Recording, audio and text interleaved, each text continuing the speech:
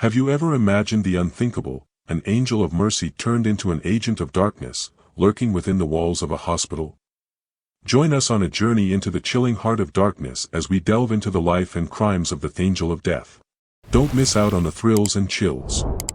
Subscribe to Have You Ever Now. Let's start, shall we?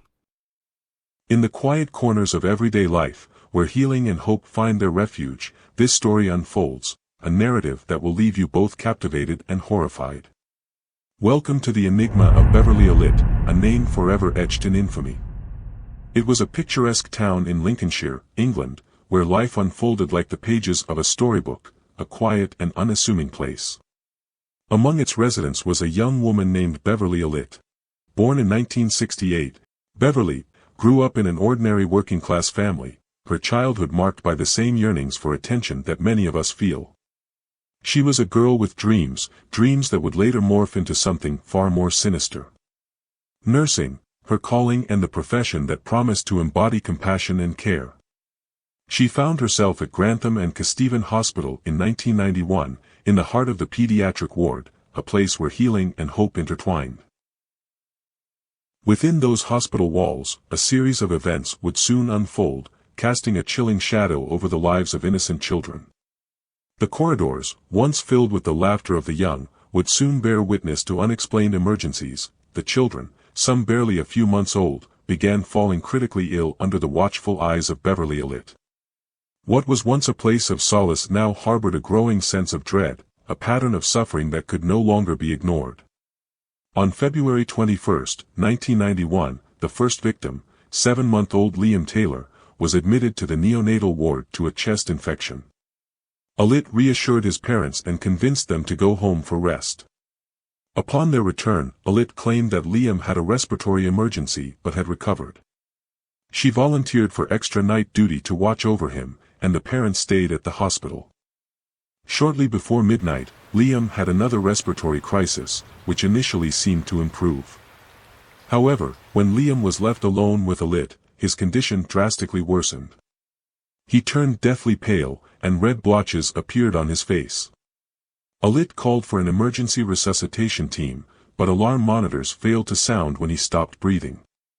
Despite the team's efforts, Liam suffered cardiac arrest, leading to severe brain damage. Following medical advice, his parents made the painful decision to remove life support, and his cause of death was recorded as heart failure.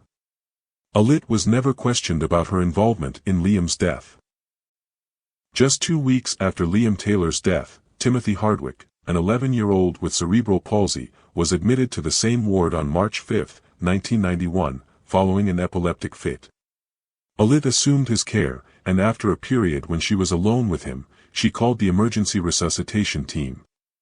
They found him pulseless and turning blue, despite their efforts, including a pediatric specialist.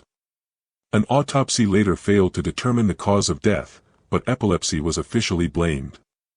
Her third victim, 1-year-old Kaylee Desmond, was admitted on March 3, 1991, for a chest infection, and she appeared to be recovering. 5 days later, with Alit present, Kaylee experienced cardiac arrest in the same bed where Liam Taylor had passed away 2 weeks earlier. The resuscitation team managed to revive her, and she was transferred to another Nottingham hospital. During a thorough examination there, doctors discovered a peculiar puncture hole under her armpit and an air bubble nearby, suggesting an accidental injection. Surprisingly, no formal investigation was launched. Totally, for children, their lives brimming with potential, met a tragic end, a fate that defied understanding. And yet, another 9 children suffered injuries that would leave lasting scars, both physical and emotional. The community recoiled in shock, and the nation watched in disbelief as authorities launched an investigation into the inexplicable horrors that had befallen the hospital. Forensic examinations peeled back the layers of deception, revealing a chilling tableau: insulin overdoses, fatal administrations of medications, smotherings, strangulations, and suffocations. Through meticulous examination of medical records, investigators discovered an alarming pattern: episodes of sudden illness or cardiac arrest clustered around the shifts worked by Beverly Alit. Her presence, it seemed, coincided with these emergencies. Eyewitness accounts from colleagues further raised suspicions. Some had observed Alit behaving oddly during resuscitation attempts, seeming to prolong them unnecessarily. The pieces of the puzzle continued to fall into place. The prosecution argued that these discoveries pointed to a chilling conclusion: a calculated killer who had preyed upon the most vulnerable in society.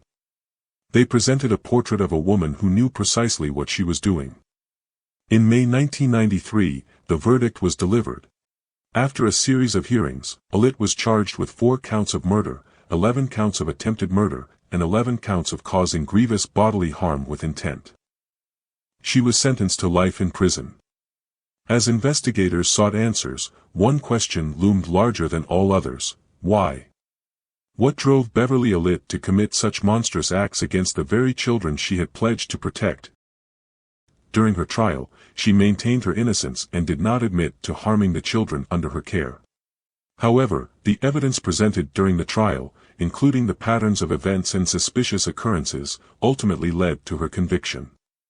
While her motives and psychological state were subjects of speculation, her actions were ultimately attributed to a form of Munchausen syndrome by proxy, a psychological disorder in which a caregiver, often a parent or healthcare provider, intentionally causes harm to someone under their care to gain attention or sympathy.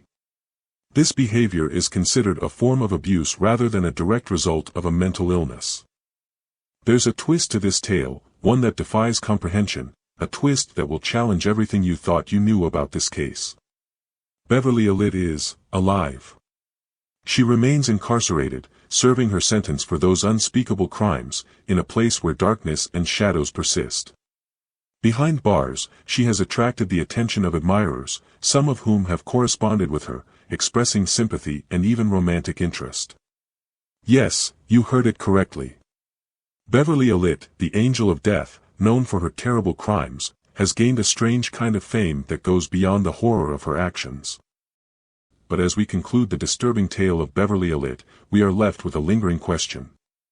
What if the story of the pediatric ward didn't end with Alit? What if there was another nurse, Lucy Letby, whose actions and involvement in similar incidents would add yet another layer of mystery to this haunting narrative?